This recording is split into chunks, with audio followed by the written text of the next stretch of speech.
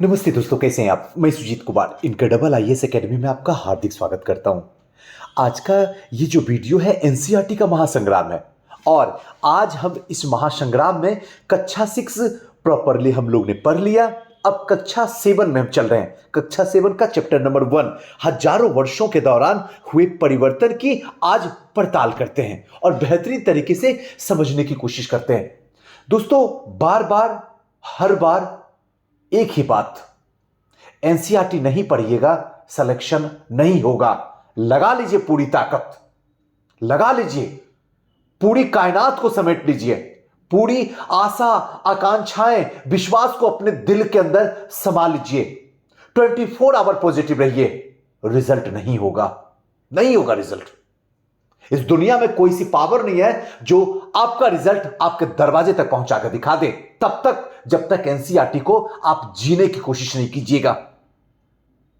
सही बता रहा हूं, आप मुझे जितना कोसना है कोस लो, जितना बुरा भला मुझे बोलना है बोल लो, लेकिन आपका दिल भी जानता है कि बिना एनसीईआरटी का कुछ होने वाला नहीं है, कुछ भी नहीं होने वाला। एक तिनका भी इधर से उधर नहीं हो सकता है। लेकिन जो एनसीईआरटी को दिल से जिएगा, यकीन मानो आने वाला जमाना उसी के साथ खड़ा रहेगा, आपके साथ कभी नहीं रहेगा।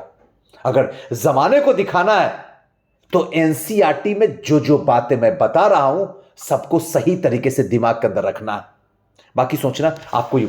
चलिए एक नए सीरीज के साथ में चल रहे कक्षा 7 चैप्टर नंबर 1 और समझने की कोशिश करते हैं क्या है। आप लोग से हाथ जोड़ के विनती है, हाथ जोड़ के प्रार्थना करते हैं, प्लीज इस सीरीज को दिल से जी लीजिए। अरे छोड़िए, नहीं शेयर करते हैं कोई बात नहीं है, मत शेयर कीजिए, लेकिन कम से कम अपनी जिंदगी में तो शेयर कीजिए, अपने ब्लड में तो एनसीईआरटी को घोल दीजिए, तभी सिलेक्शन होगा। बाकी सोचना आपको है। आइए थोड़ा समझते हैं क्या है। हां, थोड़ा यहां से शुरू होगा। नई और पुरानी शब्दावली। आइए नई और पुरानी जो शब्दावली है उसको थोड़ा सा समझने की कोशिश करते हैं कि आखिर ये नई और पुरानी शब्दावली है क्या। अगर समय के साथ सूचनाओं के संदर्भ बदलते हैं तो भाषा और अर्थों के साथ साथ क्या होता है, थोड़ा सा पतला कर लेते हैं। हाँ, तो कलर चेंज कर लेते हैं जिससे आपको अच्छा लगेगा। हाँ, अब सही है। आइए, ऐतिहासिक अभिलेख कई तरीके की भाषाओं से मिलते हैं और ये भाषाएं भी समय के साथ साथ बहुत बदलती है। उदाहरण के लिए मध्य युग की फारसी, ध्यान रखिएगा, मध्य युग की फारसी आधुनिक की फारसी भाषा से भिन्न है। जो मध्य युग में फारसी चल रही थी और जो प्रेजेंट में आधुनिक में मॉडर्न में जो फारसी है, दोनों में अंतर है। अब यहां एक टर्म आ गया, अभिलेख। अभिलेख क्या कहते हैं?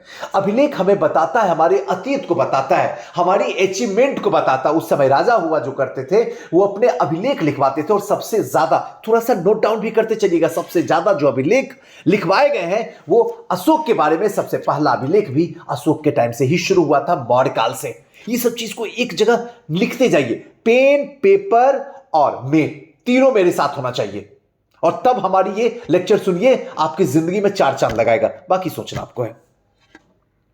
इसी में फारसी भाषा की बात करते हैं क्या।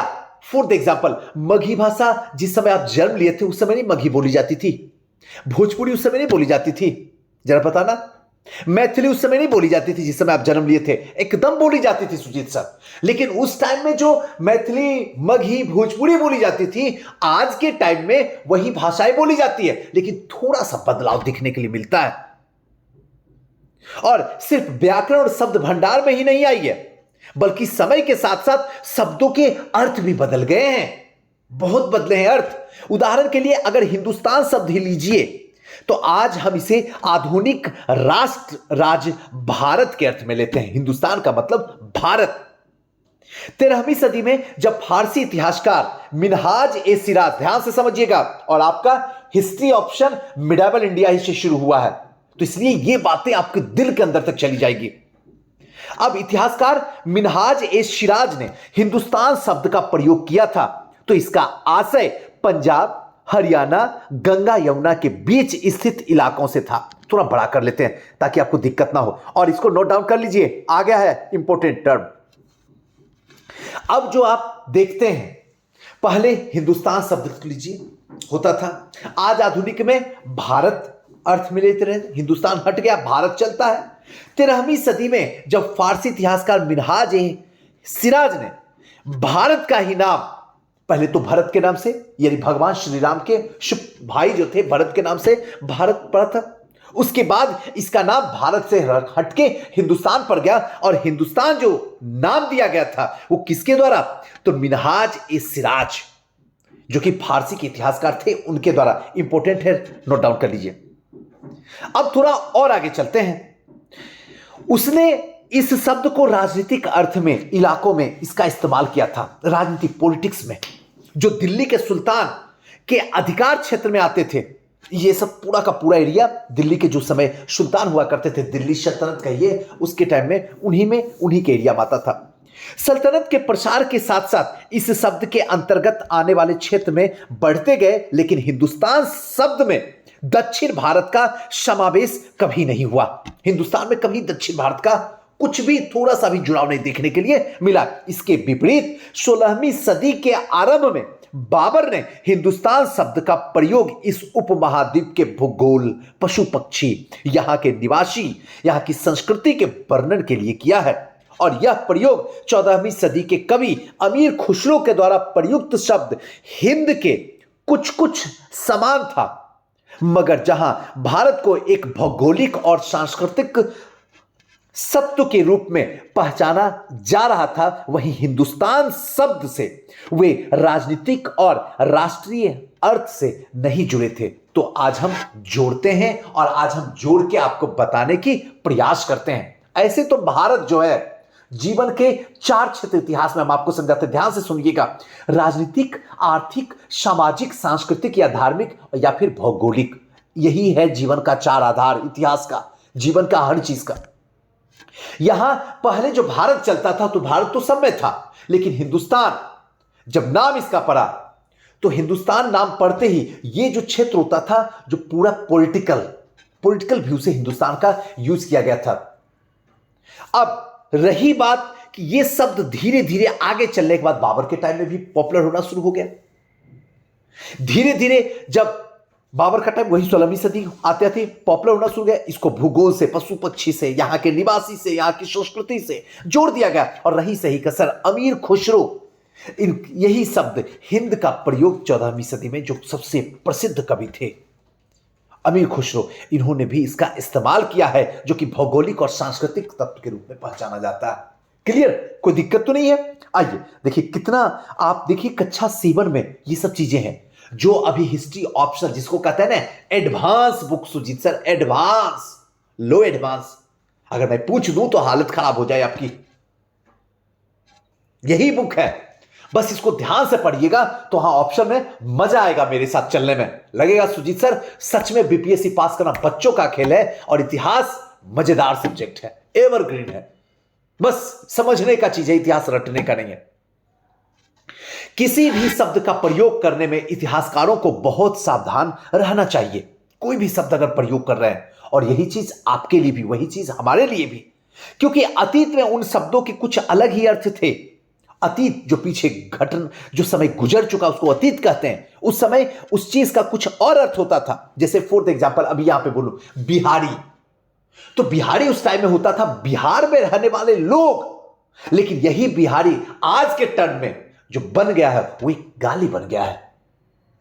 देख रहे हैं टर्म का टर्मोलॉजी, देखिए कैसे कैसे टर्म। ये तो सिंपल सा एक एग्जांपल दिया हूं जी, बानकी दिया हूं, जो आप समझ सके कि मैं कहना क्या आपको चाह रहा हूं। क्योंकि अतीत में इन शब्दों के अलग अलग अर्थ हो गए। उदाहरण के लिए जैसे विदेशी, जैसा सीधा साधा शब्द ही ले लीजिए। हमारे लिए आज इसका अर्थ होता है ऐसे व्यक्ति जो भारतीय ना हो, उसी को हम विदेशी कहेंगे, जो भारतीय ना हो।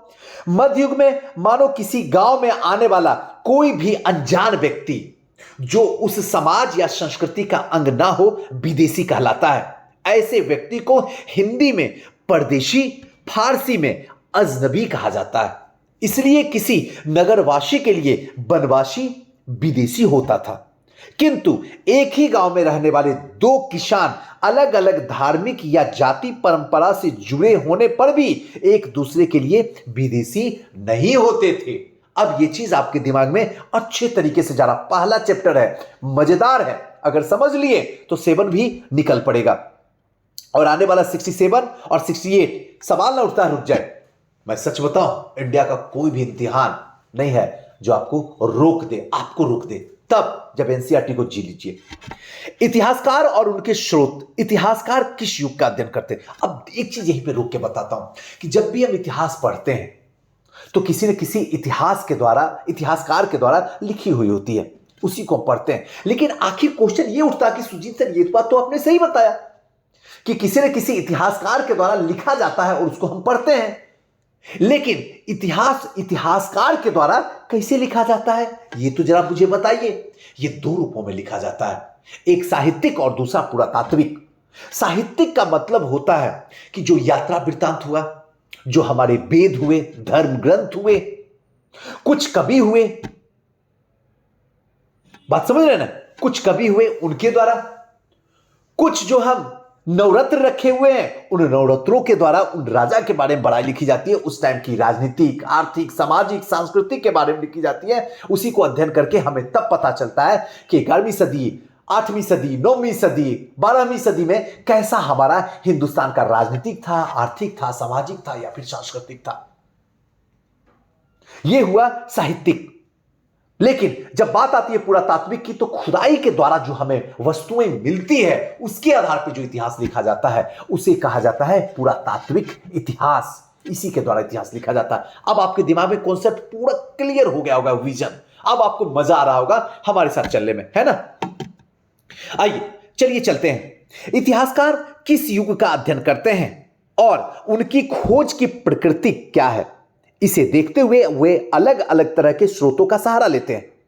उदाहरण के लिए पिछले साल आपने गुप्त वंश के शासकों और हर्षवर्धन के बारे में पढ़ा था।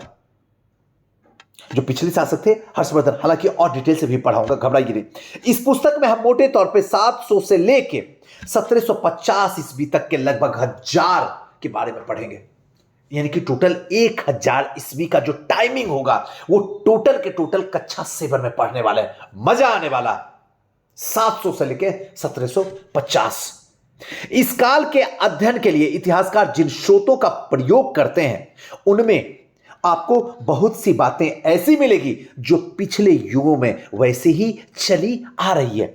इतिहासकार इस काल के बारे में सूचना इकट्ठा करने के लिए अभी भी सिक्कों, शिलालेख, स्थापत्य जो कि भवन निर्माण जिसको कहते हैं, तथा लिखित सामग्री पर निर्भर करते हैं। अभी जस्ट आपको बताया था, जब खुदाई होगा सिक्का मिलेगा, जब खुदाई होगा शिलालेख मिलेगा, जब खुदाई होगा तो भवन निर्माण के कुछ स्रोत मिलेंगे और उसी के आधार पर हम इतिहास लिखेंगे जिसको हम कहेंगे पुरातात्विक इतिहास। अब आपके दिमाग में चल रहा होगा, दिमाग क्लियर है, कोई कॉन्सेप्ट दिक्कत नहीं। अब तो शिकायत हमसे नहीं होगी ना कि सुजीत सर छोटे छोटे टर्म को भी आप समझाते नहीं हो। आइए चलते थोड़ा और आगे।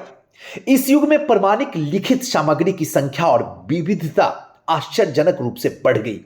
इसके आगे इतिहासकार सूचनाओं के दूसरे प्रकार के स्रोतों का इस्तेमाल धीरे धीरे क्या कर दिया गया, कम किया गया। आइए थोड़ा समझते हैं, यहां पे धीरे धीरे कम करने लगे। इस समय के दौरान कागज क्रमशः सस्ता होता गया, बड़े पैमाने पे उपलब्ध भी होने लग गया। लोग धर्म ग्रंथ, शासकों के वृत्तांत, संतों के लेख, उपदेश, अर्जियां, अदालत के दस्तावेज, हिसाब किताब, करों के खाता लिखने का प्रयोग करने लग गए हम कागज। क्लियर कॉन्सेप्ट जा रहा होगा दिमाग में। ये सब बातें बताने की तो कोई जरूरत नहीं, तो खुद ही दिमाग आपका कैच कर रहा होगा। धनी व्यक्ति शासनजन, मठ तथा मंदिर पांडुलिपियां एकत्र किया करते थे। इन पांडुलिपियों को पुस्तकालय तथा अभिलेखागारों में रखा जाता था और इन पांडुलिपियों, जो पांडुलिपि होते थे, उनको दस्तावेजों से इतिहासकार को बहुत सारी विस्तृत जानकारियां मिलती है, मगर एक साथ इनका प्रयोग करना काफी कठिन होता है। पांडुलिपि मतलब होता था उस टाइम पे जैसे तार के पत्ते पे, पेड़ के छालों पे जो चीजें लिखी जाती थी उसी को कहते थे पांडुलिपि। क्लियर है। और इनको सजग के, सहज के इसको रखा जाता था, जिसके द्वारा आगे आने वाले टाइम में हम उस वंश के, उस युग के, उस समय के राजनीतिक, आर्थिक, सामाजिक के बारे में जानते थे या जानने का प्रयास करते हैं।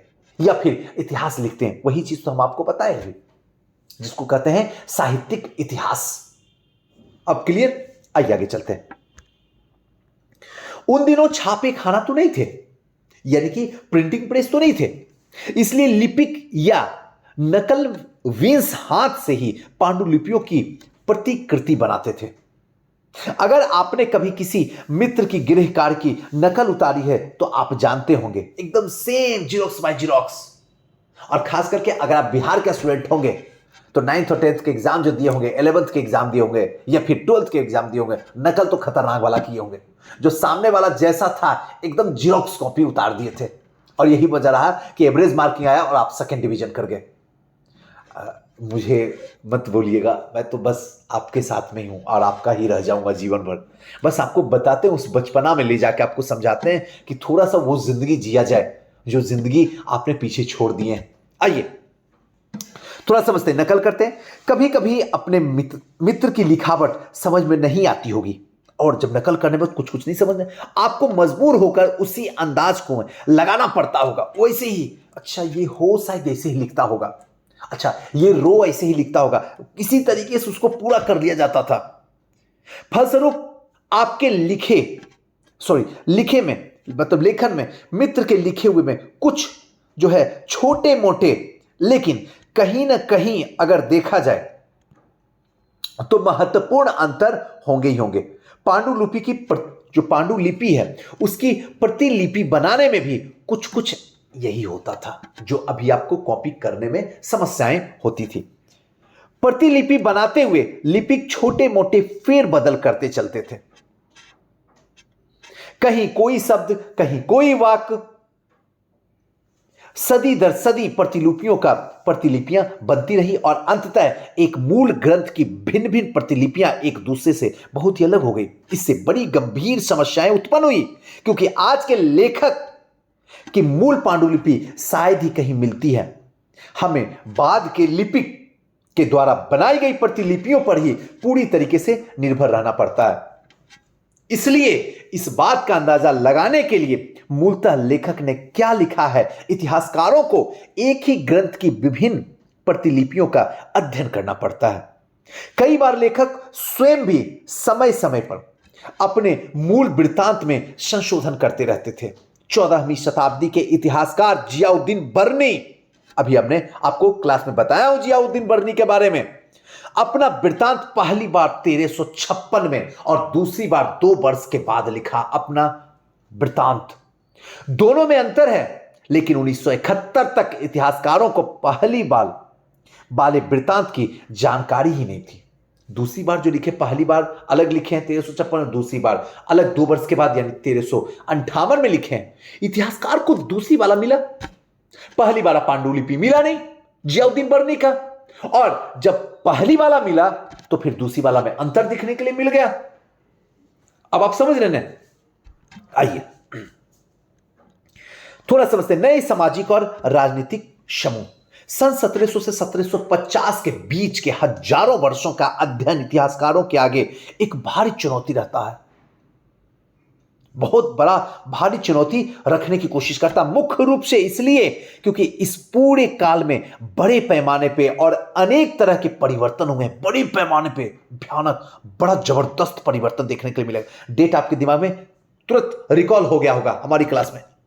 इस काल में अलग अलग समय पर नई प्रौद्योगिकी का दर्शन होता है, जैसे सिंचाई में रहट, कताई में चरखे, युद्ध में अग्निशास्त्र जो कि बारूद वाले हथियार होते इस्तेमाल किया गया। इस उपमहाद्वीप में नई तरह के खान पान भी आया, आलू, मक्का, मिर्च, चाय, कॉफी। ध्यान रहे कि तमाम परिवर्तन नई प्रौद्योगिकी और फसलें इन लोगों के साथ साथ आए जो नए विचार लेकर आए थे हिंदुस्तान। परिणाम स्वरूप यह काल आर्थिक, राजनीतिक, सामाजिक, सांस्कृतिक परिवर्तनों का भी काल रहा है, जिसमें अध्याय 5, 6, 7 में इसमें हम जानने का प्रयास करेंगे और मजे तरीके से समझेंगे। इस युग में लोगों की गतिशीलता, एक स्थान से दूसरे स्थान पर आना जाना भी बहुत बढ़ गया। इस युग में आते आते अवसर की तलाश लोगों के झुंड दूर दराज की यात्राएं करने लगे थे। इस उपमहाद्वीप में अपार संपदा और अपना भाग्य गढ़ने के लिए अपार संभावनाएं मौजूद थी। इस काल में जिन समुदाय का महत्व बढ़ा उसमें समुदाय था राजपूत, जिसका नाम था राजपूत अर्थात राजा का पुत्र निकला।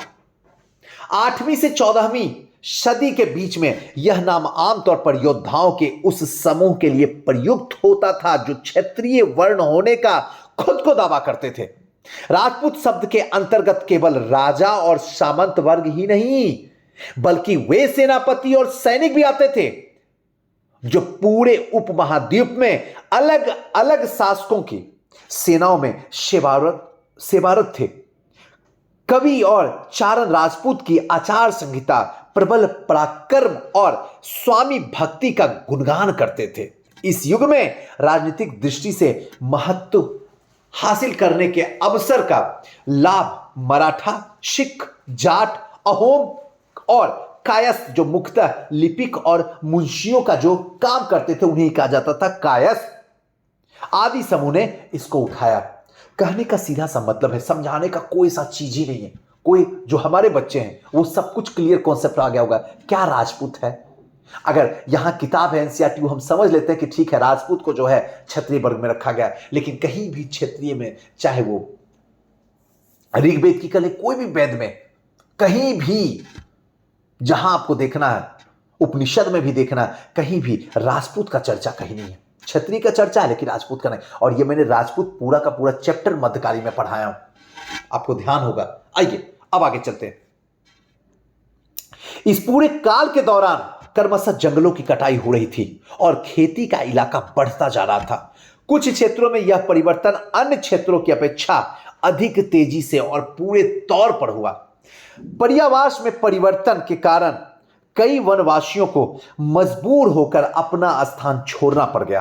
कई वनवासी जो थे वन कटना शुरू हुआ, जमीन जो है खेती के लिए तैयार होना शुरू हुआ, लेकिन जो वनवासी यानी कि जो वन में रहते थे अब धीरे धीरे अपना स्थान छोड़ना शुरू कर दिए।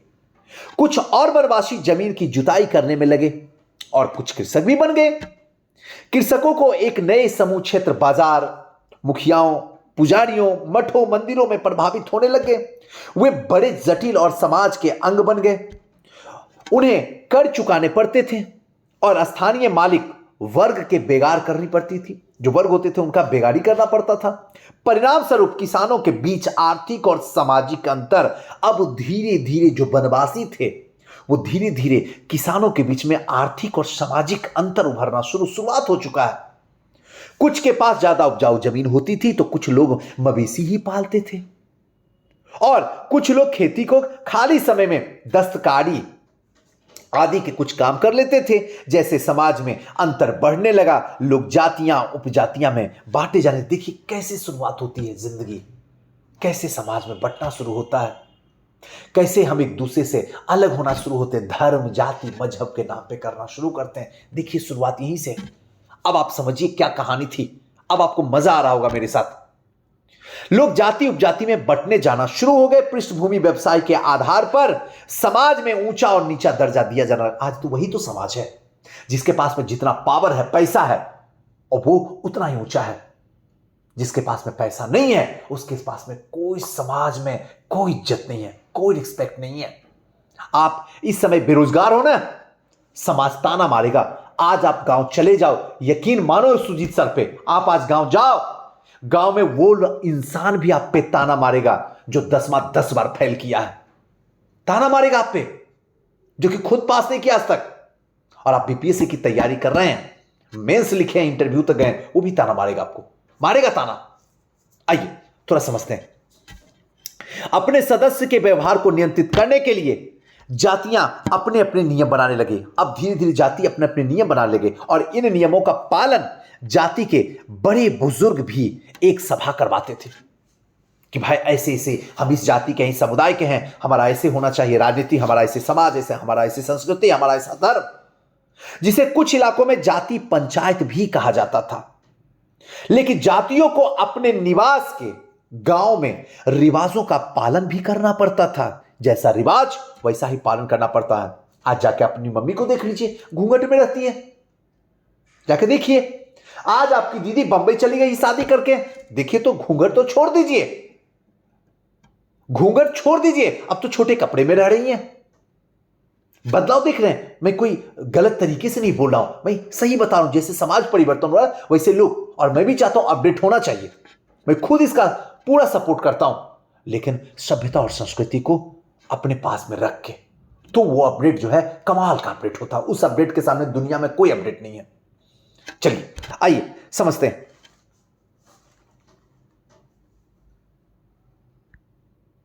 क्षेत्र और साम्राज्य, चोल अध्याय 2, तुगलक अध्याय 3, मुगल 4 जैसे बड़े राज्यों के अंतर्गत कई सारे क्षेत्र आ जाते थे।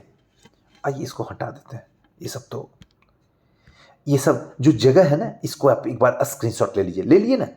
अब ये वाला जो क्षेत्र होगा यहां पे आप ढूंढिए, इसके अंदर है।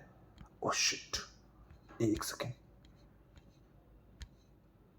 हाँ, आइए यहां चलते हैं। सन 700 तक कई क्षेत्रों में अपने अपने भौगोलिक आयाम तय हो चुके थे, 700 तक, और उनकी अपनी भाषाएं, संस्कृति, विशेषताएं स्पष्ट हो चुकी है। अध्याय 9 में आपको इनके बारे में अधिक जानकारी मिली। जब 9 अध्याय में चलेंगे, अभी तो पहला अध्याय चल रहा है, तो अधिक जानकारी हम आपको शेयर करेंगे। ये क्षेत्र विशेष शासक राजवंशों से भी जुड़ गए थे। इन राज्यों के बीच काफी टकराहटें चलती रहती थी। कभी कभी चोल, खलजी, तुगलक, जिसको कहते हैं खिलजी, उसी को खलजी, तुगलक, मुगल जैसे राजवंश अनेक क्षेत्रों में फैला एक विशाल साम्राज्य भी खड़ा कर लेते थे। ये सभी साम्राज्य समान रूप से स्थिर या सफल नहीं हो पाते थे। उदाहरण के लिए अध्याय 3, अध्याय 4 की तालिका की तुलना कीजिए, थोड़ा सा समझिए। खिलजी और मुगल वंश के शासन कितनी अधिक अवधि तक चला था, जरा कमेंट करके बताइएगा। खिलजी का क्या था टाइमिंग और मुगल का कितना टाइमिंग चला, बताइएगा। चलिए, इसमें तो वही सब बातें हैं। अब आते हैं थोड़ा सा इंपॉर्टेंट जो है, पुराने और नए धर्म। पुराने नए धर्म, इतिहास कि जिन हजार वर्षों की पड़ताल हम कर रहे हैं इस समय और आपको करवा रहे हैं, इनके दौरान धार्मिक परंपराओं में कई महत्वपूर्ण परिवर्तन आए। दैविक तत्वों के लोगों की आस्था कभी कभी बिल्कुल ही व्यक्तिगत स्तर पर होती थी, मगर आमतौर पर इस आस्था का स्वरूप सामूहिक होता था। किसी दैविक तत्व में सामूहिक आस्था यानी कि धर्म प्रायः स्थानीय समुदाय के सामाजिक और आर्थिक संगठन से संबंधित होती थी। जैसे जैसे इन समुदायों का सामाजिक संसार बदलता गया, वैसे ही इनकी आस्था में भी परिवर्तन आता गया। आज हम जिसे हिंदू धर्म कहते हैं, उनमें भी इसी युग में महत्वपूर्ण बदलाव आए। इन परिवर्तन में कुछ थे नए देवी देवता की पूजा, राजाओं द्वारा मंदिर का निर्माण करना, समाज में पुरोहितों के रूप में ब्राह्मण का बढ़ता महत्व तथा बढ़ती सत्ता। क्या हुआ नहीं है? क्या यह भी समझाना पड़ेगा? क्या आपको समझ में नहीं आया? देखिए कैसे कैसे परिवर्तन हुआ है। इसी को कहते हैं एनसीईआरटी। अगर एक बार दिल से जी लिया जाए तो सिलेक्शन श्योर। आइए, संस्कृत ग्रंथों के ज्ञान के कारण समाज में ब्राह्मणों का बड़ा आदर होता था। बड़ा आदर, जिनको संस्कृत आती थी, गांव में हम उनको बहुत आदर करते थे और वो ब्राह्मण हुआ करते थे। इनके संरक्षक थे नए नए शासक जो स्वयं प्रतिष्ठा की चाह में थे। जो इनके संरक्षक हुआ करते थे नए नए शासक जो खुद ही अपनी प्रतिष्ठा की चाहत में खड़े होते थे। इन संरक्षकों के समर्थन होने के कारण समाज में इनका दबदबा और भी धीरे धीरे क्या हुआ, बढ़ने लगा। और इस युग में एक महत्वपूर्ण परिवर्तन भक्ति की अवधारणा के रूप में आया। इसमें ईश्वर की कल्पना एक ऐसे प्रेमल इष्ट देवी देवता के रूप में किया गया। जिस तरीके से पुजारी ने विशुद्ध कर्मकांड के बिना ही भक्त स्वयं पहुंच सके, इस विषय में हम दूसरी परंपरा के बारे में अध्याय 8 में पढ़ेंगे। याद कीजिए, सूफी और भक्ति, वो भी इसी में पढ़ना है, मजा आने वाला है। यही वह युग है जिसमें उपमहाद्वीप में नए नए धर्मों का आगमन होना शुरू हो गया। कुरान शरीफ का संदेश भारत में पहले पहली 7वीं सदी में व्यापारियों और अप्रवासियों के जरिए भारत में पहुंचा। कुरान का मुसलमान कुरान शरीफ को अपना धर्मग्रंथ मानते थे। कुरान केवल एक ईश्वर अल्लाह की सत्ता को स्वीकार करते थे, जिसका प्रेम, करुणा, उदारता, अपनों में आस्था रखने वाले हर एक व्यक्ति को गले लगाता है। चाहे उस व्यक्ति का सामाजिक पृष्ठभूमि कुछ भी रही हो, वो गले लगाता है। क्लियर? चलिए नेक्स्ट आते हैं। कई शासक इस्लाम और इसके विद्वान धर्मशास्त्रियों और न्याय शास्त्रियों के अर्थात उलेमाओं के संरक्षण देते थे। ये सब जो है मुस्लिम संप्रदाय, मुस्लिम धर्म में चला जाएगा। हिंदू धर्म की ही भांति इस्लाम के अनुयायियों भी अपने धर्म की अलग अलग तरह से व्याख्या करना शुरू कर दिए। मुसलमानों में कुछ सिया थे जो पैगंबर साहब के दामाद अली को मुसलमानों की विविध सम्मत नेता मानते थे, जो सिया होते थे। ध्यान रखिएगा, शिया और सुन्नी में ये दो संप्रदाय के लोग हैं जो इस्लाम को अलग अलग तरीके से देखते हैं। लेकिन याद रखिएगा, जो सिया होंगे, ध्यान रखिएगा, वो कट्टर होंगे, और जो सुन्नी होंगे वो शांत स्वभाव, उदारवादी वाले होंगे, बड़े अच्छे होंगे, बड़े प्यारे होंगे। लेकिन वही चीज अगर सिया में जाके देखिएगा तो उग्र रूप वाले होंगे, एकदम पूरा गुस्से वाले।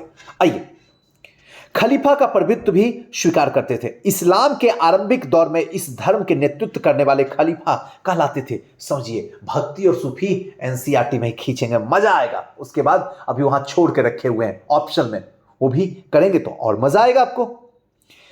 इस्लामी न्याय सिद्धांत की विभिन्न परंपराओं में कुछ महत्वपूर्ण अंतर रहे हैं। ऐसे ही धर्म सिद्धांत के रहस्यवादी विचार के अनेक विभिन्नताएं देखने को मिलती है। समय और इतिहास के कालखंड पे आज तो थोड़ा बस धीरे धीरे थोड़ा थोड़ा पहलू को देख रहे हैं ताकि मजा आ जाए क्या क्या इसमें पढ़ना है। इतिहासकार समय को केवल घड़ी या कैलेंडर की तरह नहीं देखते हैं, यानी कि केवल घंटे, दिन या वर्ष में बीतने के रूप में नहीं देखते हैं।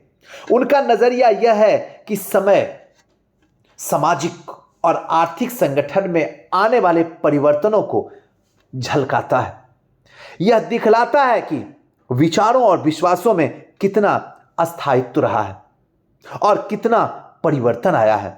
यदि अतीत को समान विशेषता रखने वाले कुछ बड़े बड़े हिस्सों, युगों, कालों में बांट दिया जाए तो समय के अध्ययन कुछ आसान सा हो जाता है।